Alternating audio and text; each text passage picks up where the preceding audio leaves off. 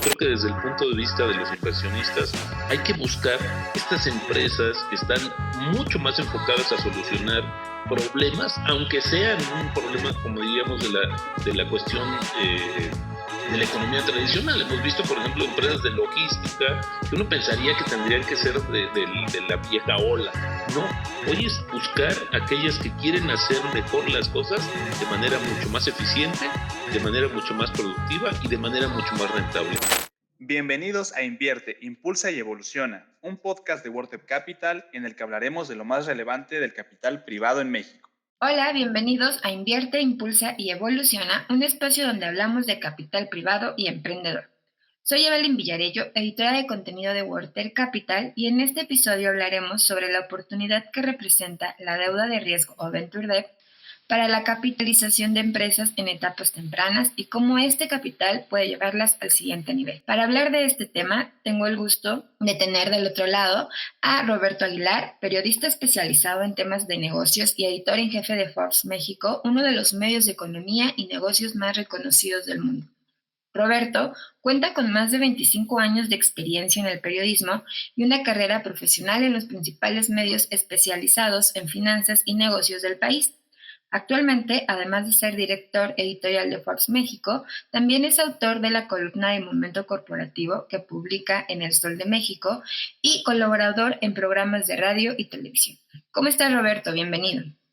Hola Evelyn, pues muchas gracias por la invitación y muy entusiasmado de poder platicar sobre este tema, que hoy cada vez ocupa ya un mayor porcentaje de todo, yo diría no solo de todo lo que hacemos, sino de todo lo que escribimos. Efectivamente, es un tema que cada vez nos roba más la atención y como bien dices, lo escuchamos y lo leemos en medios de comunicación.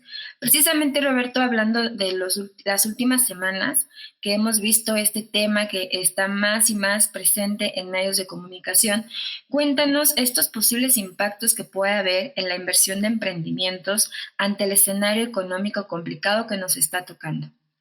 Pues bueno, fíjate que es un tema que ya está dando señales que creo que son importantes y por ende está obligando a acelerar todos esos procesos de innovación, sobre todo para el tema que tiene que ver con las formas o los mecanismos de financiamiento para este tipo de empresas de la llamada economía digital. En primer lugar, viene todo un tema del aumento de la política monetaria en el mundo que está obligando a un aumento de las tasas de referencia y este aumento lo que está ocasionando pues al final del día es el costo del dinero.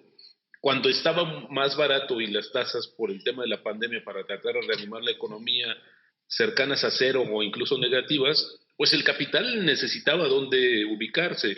Justamente una de las opciones que hubo fue precisamente en todas estas compañías de la llamada economía digital y vimos a grandes fondos que salieron literal a buscar y a conquistar otros mercados, el caso de México, Colombia, en general la región de Latinoamérica, con varios emprendimientos, varias startups y fintech que recibieron pues fuertes recursos de fondos que estaban, insisto, colocando o buscando dónde colocar su dinero. Después, cuando viene todo esta estrategia como de regreso, es decir, como que empiezan a normalizarse las condiciones monetarias en el mundo, pues es entonces cuando empieza a haber una cuestión más selectiva de dónde colocar el dinero, porque hoy, al momento mismo, estos mercados bursátiles, los mercados financieros, que efectivamente ofrecen un rendimiento que quizás no es el más atractivo, pero sí es seguro, pues voltean a ver muchos de estos inversionistas y en general toda esta situación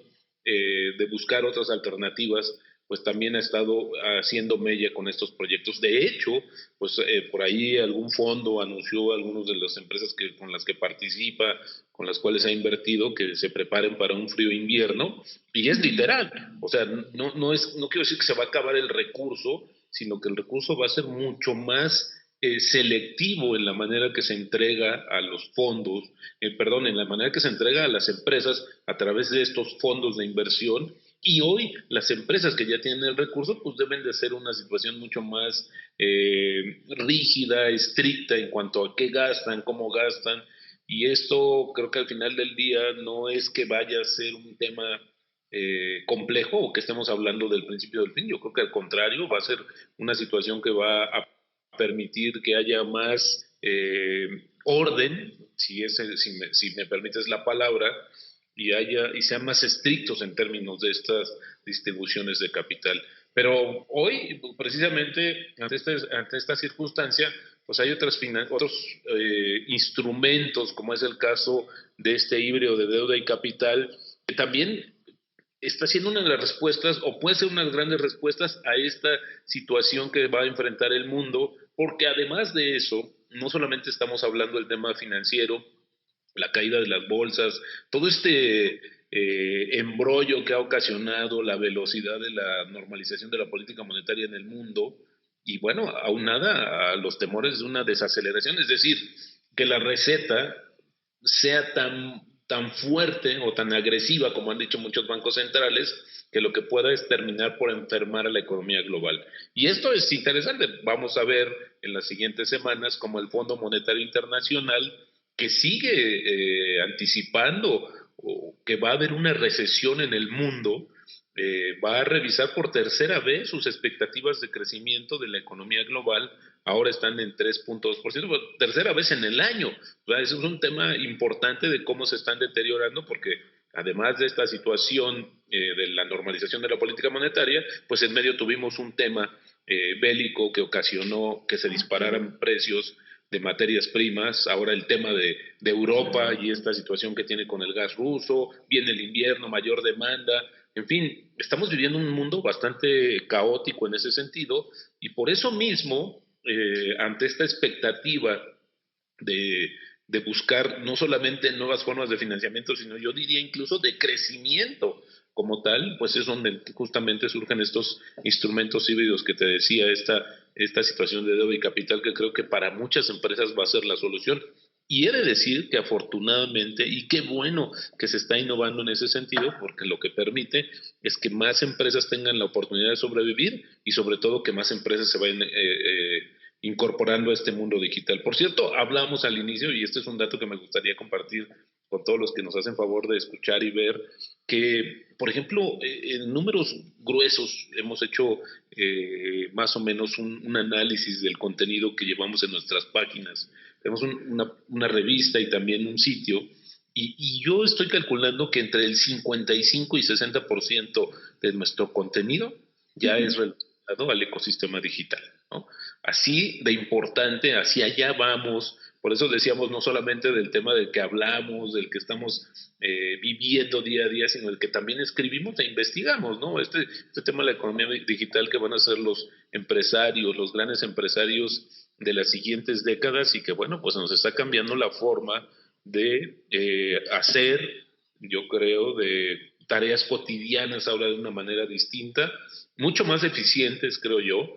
Tiene algunas cosas que también no están ajenas a los riesgos, pero hoy creo que hacia allá va apuntando y nadie lo va a parar. Mucho se decía que después de la pandemia, bueno, seguimos en pandemia, pero después de la parte más álgida de la pandemia, cuando vimos crecimientos del comercio electrónico, por ejemplo, en la región de 2 o 3 dígitos, pues ahora cuando salimos a las calles, esto se moderó, pero el tema es que no se va a regresar, el tema es que va a continuar, y esto es lo que es el futuro. Entonces, más nos vale hoy irnos acostumbrando a esta situación en todos los sentidos de nuestra vida cotidiana: cómo nos comunicamos, cómo compramos, cómo tenemos servicios educativos, médicos, financieros, etcétera, pero también del otro lado las empresas, cómo están buscando estas alternativas de financiamiento, y esto, insisto, les permite mantener una solidez, porque lo que viene creo que va a ser mucho más retador, pero no en el sentido de un riesgo.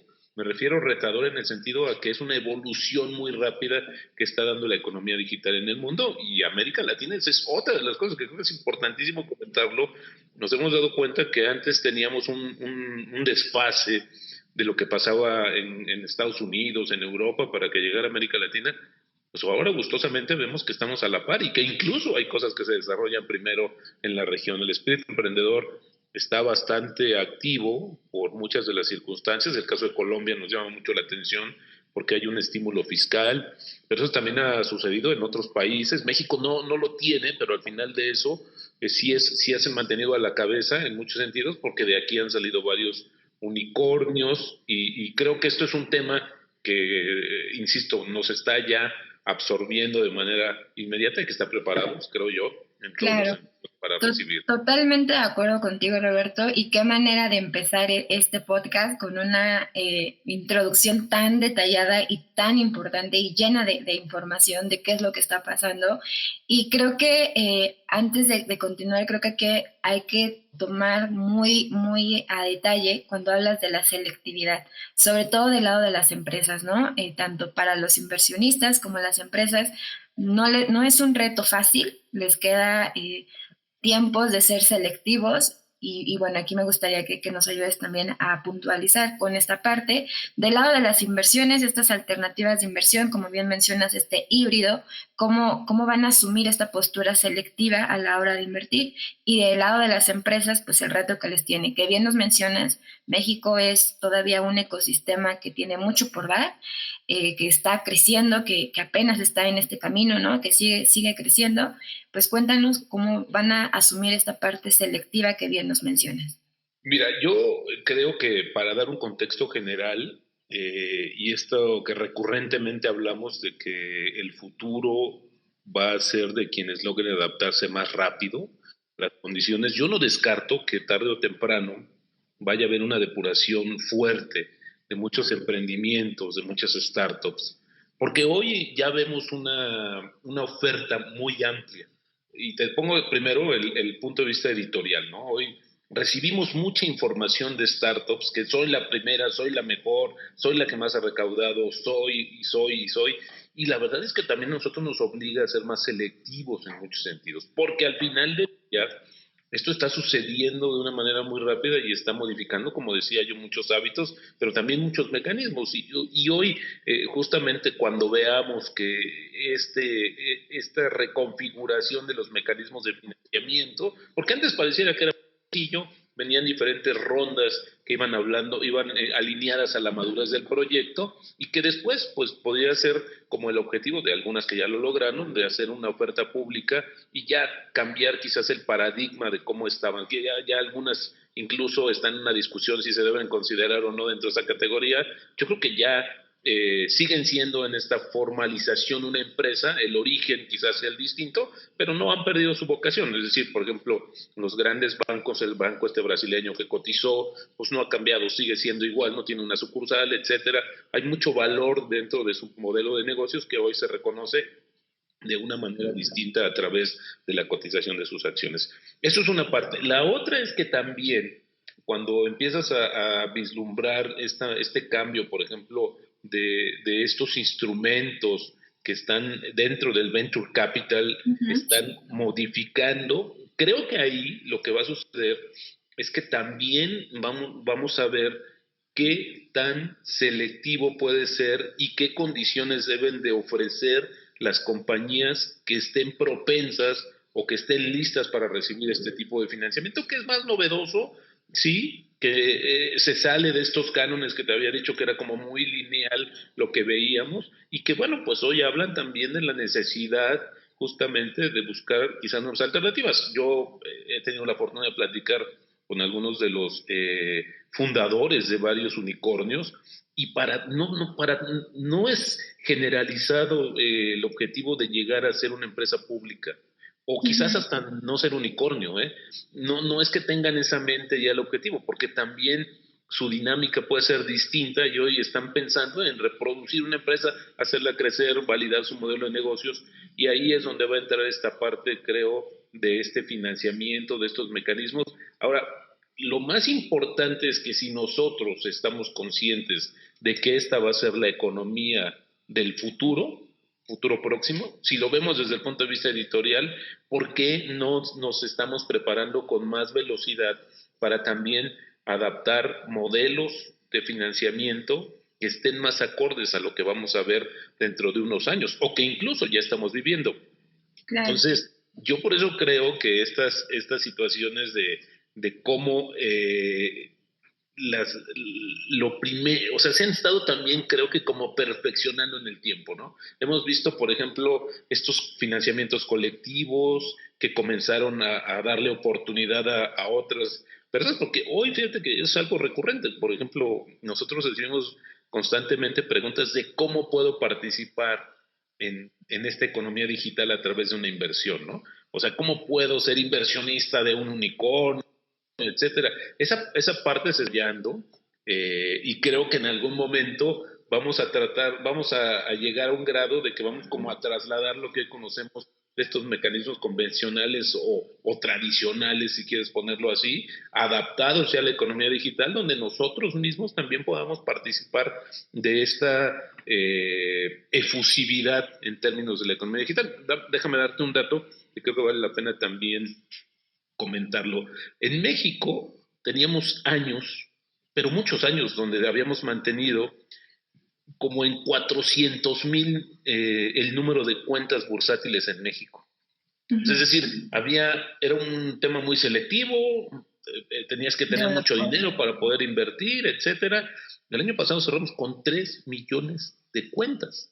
Y hoy esta democratización de las inversiones ha sido gracias a la economía digital y hoy nos ha permitido visualizar de una manera totalmente diferente las inversiones, porque más allá de la opción que hoy, por ejemplo, te permiten un monto mínimo, hoy la guerra no está en las comisiones propiamente, hay plataformas que no te cobran comisión, hoy está más bien en cómo nos identificamos con las marcas y con los productos que usamos cotidianamente, ¿no? Es decir, los jóvenes están mucho más ligados y entienden mucho más la dinámica, pues, de lo que usan, ¿no? De servicios que usan, de productos que ellos compran, lo que en su momento los hace más atractivos porque saben que están invirtiendo en compañías que los están acompañando en todo este proceso de crecimiento. Esto creo para mí se me hace un tema bastante interesante porque lo que no se ha logrado en otro sentido, porque también la penetración de los servicios convencionales en México avanza, pero de una manera bastante lenta, se ha logrado en esta mayor demanda de las cuentas bursátiles, donde la mayoría son jóvenes. Fíjate, es un tema de adaptación. Ellos son los empresarios y los inversionistas de mañana y pasado, aunque suene muy romántico, pero ellos están en una plataforma y en un entendimiento bastante diferente, pero o sea, hoy es la misma esencia, pero las condiciones van a cambiar porque nos vamos a mudar. Sí, y van a seguir cambiando, efectivamente, Roberto. Creo que aquí lo que mencionas, sin duda, la economía digital, la tecnología por sí sola ha jugado y está jugando un papel muy importante. Y como bien mencionas, no podemos seguir con estos modelos tradicionales de capitalización para las empresas, para el ecosistema emprendedor, cuando también vemos modelos de negocio que cada vez son más disruptivos. Y con esto me gustaría aterrizar un poco hacia la alternativa flexible que ahora podría presentar VentureDev. ¿Estamos viendo entonces un nuevo aliado para el ecosistema emprendedor mexicano? Sí, porque en el mecanismo tradicional del capital de riesgo, del Venture Capital, hubo una disminución. Hoy esto es evidente porque también las condiciones, y yo diría aunadas o combinadas con el proceso selectivo, de que van a sobre esta situación de Darwin, esta teoría que hoy también se lleva al mundo de los negocios y por qué no al mundo digital, está haciendo que también quienes están financiando y buscando alternativas pues estén padeciendo un poco esta falta. No sé, yo no diría que no es una falta de interés, sino de demanda ni de oferta, sino más bien esta cautela que está obligando el mundo con toda esta reconformación del sistema financiero que se ha generado gracias a la pandemia. Hoy estamos en una reversión total de lo que pasó para ayudar a la economía y hoy el riesgo es que la economía esté, como decíamos un poco, la medicina sea tan fuerte que nos vuelva a noquear nuevamente a la economía. Entonces, ante esto, la necesidad de buscar mecanismos que impulsen la capitalización de las empresas, pues es evidente, lo hemos estado viendo, y creo que hoy quien pueda adelantarse un poco, como este caso del VentureDev, que se perfila así como este mecanismo que va a ser, creo yo, el que más auge va a tener, sobre todo por una situación, esta combinación entre deuda y capital, que es una ayuda, una inyección temporal, puede ser, donde la empresa puede consolidar sus proyectos para hacerse más grande, generar más ingresos, no rentabilidad, porque eso es un tema totalmente diferente, pero sí más ingresos que le permitan en algún momento recuperar esa tenencia accionaria que tuvo que poner un poco como prenda justamente para garantizar este préstamo, esta inyección temporal de recursos, y que puede ser esta alternativa como una respuesta clara de las necesidades ahora que este mundo, mira, no sabemos qué va a pasar. Es decir, estamos ahora con y los mercados se han vuelto tienen hoy la piel muy sensible cuando hablan acerca de las minutas, cuando hay algún comentario de algún miembro de la Reserva Federal, que es la que está en boca de todos, pues empiezan a generar las especulaciones. Es un hecho que vamos a vivir una recesión en Estados Unidos que va a ser, de acuerdo con lo que hemos estado analizando, va a ser de profunda pero de corta duración. Esto obviamente le va a pegar a México y esto va a hacer que muchas de estas compañías de proyectos se replieguen. Yo me estoy hablando de las empresas tradicionales, pongámosle así, pero este mundo es así. Yo creo que difícilmente vamos a encontrar una situación o una etapa en la vida, en la historia de la humanidad moderna, donde podamos decir que todo está tranquilo y podemos tomar decisiones. No, siempre hay un riesgo implícito en todas las decisiones que tomemos, y más en estos. Bueno, por eso estas empresas nacientes vienen con un modelo de negocios que son disruptivos y que también se ponen a prueba en un principio. Por eso yo decía que esta situación de los mercados financieros, las vías de acceso y esta depuración, pongámosle así, que pronto va a venir, pues creo que lo que va a suceder o va a obligar a quien hoy está empezando o está pensando en emprender, que sea una cuestión, aprender de esos errores, pues, ¿no? Aprender de lo que estás viendo alrededor para que tu proyecto, para que tu propuesta sea mucho más sólida. Imposible poder generar una propuesta que sea infalible o que no tenga ningún riesgo. Eso no existe en realidad, pero creo que ahora es una muy buena manera de quienes pueden emprender o quienes lo están haciendo en una etapa muy temprana, y que puedan aprender de esto que está sucediendo,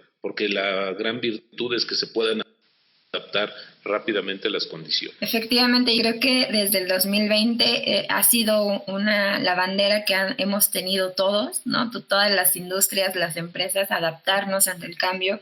Nos has mencionado factores muy importantes que van a seguir en el mapa económico, financiero, en el ecosistema emprendedor, en lo que resta de este año y próximos meses. Y bueno, también recién nos estás contando de estas etapas que están empresas que están en etapas iniciales, que es ideal este tipo de alternativas flexibles. También me gustaría abordar un poquito más sobre este punto. ¿Para qué modelos de negocio en particular podría ser un verdadero aliado? Pues yo me atrevería a decir que para todos, porque estos modelos, por ejemplo, tienen un tope del porcentaje del capital que los fundadores pasan o ponen en garantía para que reciban recursos, 40%. El tema es que ellos siguen siendo los que llevan la batuta y tienen la obligación y la vocación de seguir haciendo crecer el negocio. Eso es importante porque luego lo que hemos visto es una disociación entre los emprendedores que se centran tanto en el negocio y en su modelo, que quizás la parte financiera no pase a segundo plano. Ahora creo que esto está cambiando. Te cuento un poco, creo que también es importante. Nosotros acabamos de hacer un reportaje sobre los CFOs de los unicornios, que es un tema muy interesante porque hemos hablado de los CFOs de las empresas tradicionales, y los de los unicornios tienen una situación muy particular, O sea, y hoy afortunadamente lo que descubrimos, creo, con este artículo, es que están tomando un papel cada vez más relevante. Es decir, no están quedando en un segundo nivel, sino están quedando al mismo nivel de los fundadores y los socios mayoritarios de los emprendimientos, porque saben justamente que hoy ante esta situación, porque a ver, ¿qué se tiene que enfrentar hoy un director de finanzas de una empresa tradicional o de un unicornio o de un startup? Básicamente a tres cosas. Uno, las expectativas de menor crecimiento, ¿no? Dos, una inflación histórica en el mundo, ¿no? En México, no solamente en México, es un tema global lo que está sucediendo en términos de la inflación. Y número tres, yo diría, todo lo que implica el alza de costos, transporte, toda esta situación que nos ha generado muchas disrupciones en las cadenas productivas. O sea, ¿cómo haces? ¿Qué tipo de decisiones vas a tomar para mantener tu capital y no quedarte con los brazos cruzados? Porque para los empresarios la inactividad es lo que tiene, es lo más oneroso, es lo más costoso. Claro. Oye, y antes de que continúes, creo que aquí también es importante y aprovecho para preguntarte, además para ellos tienen un reto importante como unicornios, pues mantener esta evaluación, ¿no? Creo que también ahí el reto de seguir creciendo, de mantenerse, ¿cómo lo van a enfrentar? Sí, por eso las decisiones tienen que ser mucho más estratégicas, porque no es nada más de ya llegué a los $1,000 millones y ahora me los voy a acabar, no, al contrario, es todavía mantener y continuar en las siguientes etapas, que ya sabes que hay hasta divisiones, luego o subdivisiones cuando Claro. llegas a este nivel de unicornios y vas creciendo todavía en O el tema. incluso llegar a ser Pegaso también, ¿no? Que ya es el siguiente Exactamente. paso. Sí. Exactamente. Entonces, para eso hoy, como te decía, no es un tema de que guardes el recurso y lo inviertes y lo utilices solamente para estar como un respaldo financiero. No, al contrario, creo que hoy debes de ser mucho más selectivo también desde el punto de vista de las inversiones. Debes de hacer tiros de precisión hacia dónde quieres estar. Hoy es un buen momento para ampliar las fronteras de tu negocio, para buscar otros continentes que te permitan esta combinación entre mercados emergentes, economías maduras, que también es es un tema central o básico de la diversificación, y insisto, hacerlo de esa manera, pero nunca quedarse con los brazos cruzados esperando a ver qué hace el siguiente, porque lo que estoy convencidísimo es que si tú no lo haces, el que está a tu lado lo va a hacer de manera muy inmediata. Y en este mundo es cuando, en las crisis es cuando más oportunidades se generan, y por qué no tendrían que trasladarse también a la economía digital. Sí, totalmente de acuerdo. Oye, y siguiendo con el tema de los unicornios, también recientemente nos han dicho expertos en la industria de capital privado, la propia Mexcap, que no todo tiene que ser unicornios, que también volteen a ver del lado del inversionista, voltea a ver a estas pequeñas empresas que están en busca de este capital. Cuéntanos cómo está esta percepción, cómo la ves, como nos has contado a lo largo de la conversación. ¿Qué opinas al respecto? Y sobre todo, retomando también las alternativas que tienen para invertir en estas pequeñas empresas. Coincido totalmente, ¿eh? O sea, yo creo que, y por como te decía, he platicado con algunos de los fundadores de unicornios y con otros, y para Ujú. muchos no es el objetivo, ¿eh? O sea, no es la meta llegar y convertirse en unicornio, no es llegar a los $1,000 millones, ¿no? Y después, para ellos más bien, creo que su interés es consolidar ese modelo de negocios, ver que sea productivo, que genere recursos, pero también que sea rentable, que eso es algo de lo que también hablamos poco. Tenemos una evaluación muy grande, pero había que ver qué tanta rentabilidad. Yo creo que también hay muchos que están metidos más en buscar otro tipo de indicadores antes de pensar en una etapa del unicornio. No para todos no es la meta llegar a ser un unicornio, y para eso también tenemos oportunidades desde el punto de vista del posicionamiento del capital, de buscar este tipo de empresas que requieren recursos que son, no estoy diciendo que sean menores en el sentido, sí puede ser porque tienen menos ceros, pero son muy importantes dado el tamaño de la empresa, porque eso le puede ayudar a consolidarse y a crecer y estar en una etapa continua de crecimiento que le va a permitir, pues, ¿por qué no?, estar a la altura de cualquier unicornio y quizás sin serlo. Por supuesto, totalmente de acuerdo contigo, Roberto. Bueno, pues ya nos acercamos al final de la conversación, pero antes quisiera ahora que platiquemos un poquito para la percepción del inversionista. Ya hemos hablado en términos generales de todos estos factores que van a acompañar a la economía global, también al ecosistema emprendedor. Al inversionista, ¿qué le quedaría analizar o justo siguiendo esta cautela que van a tomar de estas alternativas de inversión como Venture Debt? Mira, nosotros hacemos cada año un tema que son las 30 promesas de los negocios, y Ujú. llevamos 9 años haciendo este mismo listado, y en un principio los requisitos que nosotros habíamos establecido eran un poco más de qué tan disruptivo era el modelo de negocios. Incluso no importaba si vendías o no. Es un tema bien interesante.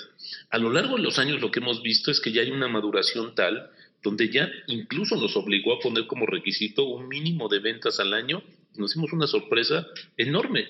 cuando vimos que hay muchas compañías que están vendiendo ya una cantidad muy importante, que ya están facturando una cantidad muy importante. Así es que hoy yo creo que desde el punto de vista de los inversionistas hay que buscar estas empresas que están mucho más enfocadas a solucionar problemas, aunque sean un problema, como diríamos, de la cuestión de la economía tradicional. Hemos visto, por ejemplo, empresas de logística que uno pensaría que tendrían que ser de la vieja ola. No, hoy es buscar aquellas que quieren hacer mejor las cosas de manera mucho más eficiente, de manera mucho más productiva y de manera mucho más rentable. Creo que esos son los 3 ingredientes que cualquier fondo, que cualquier inversionista podrá buscar, sin importar el tamaño, porque es importante. Todas las empresas, todos los unicornios en un principio, decíamos nosotros también, empezaron en una oficina, empezaron en una casa, y todas tienen una historia y la tienen que recorrer ese camino. Entonces hoy buscar esta manera, como desde el punto de vista de inversionista, estas historias creo que es lo mejor que podemos hacer para que justamente vayamos madurando conforme vayan dando esos pasos que hoy son mucho más acelerados. Hoy, poco para decirte, ya el tema de mediano y largo plazo, ya antes decíamos 1 año, 5 años, 10, ya no existe. Hoy esto está avanzando de manera muy rápida, finalmente tiene que ser un tema digital. También los tiempos nos están obligando a tomar decisiones mucho más rápidas, pero eso sí, mucho más sustentadas. Perfecto, Roberto. Pues muchas gracias. Hemos llegado al final de este episodio. ¿Algo que te gustaría agregar a manera de conclusión? Bueno, yo lo he dicho y lo seguiré diciendo de una manera quizás un poco arcaica para ver el tema digital, pero en las crisis siempre hay de 2 opciones. O lloras o vendes pañuelos. Y yo creo que hay muchas empresas mexicanas y de la región con esta economía digital que van a vender y van a seguir vendiendo muchos pañuelos. Totalmente de acuerdo. Y si me permites agregar también, aquí en Werther Capital, nuestro director general siempre dice, en una crisis hay una oportunidad. Totalmente de acuerdo con lo que nos comentas. Totalmente. Muchas gracias, Evelyn. Muchas gracias a ti, gracias por estar con nosotros y compartir tu experiencia. Fue una plática verdaderamente importante, muy interesante. Y bueno, pues un honor poder platicar contigo en este podcast. Muchas gracias. Al contrario, Evelyn, un saludo a todos y muchísimas gracias. Gracias a todos por escucharnos. No se pierdan un nuevo episodio cada miércoles y hasta la próxima. Esto fue Invierte, Impulsa y Evoluciona, un podcast de Werther Capital, la firma de capital que permite a los inversionistas impulsar emprendedores. Síguenos en todas las redes sociales como werther.capital y no olvides suscribirte a nuestro newsletter para recibir información para invertir y evolucionar la economía de México.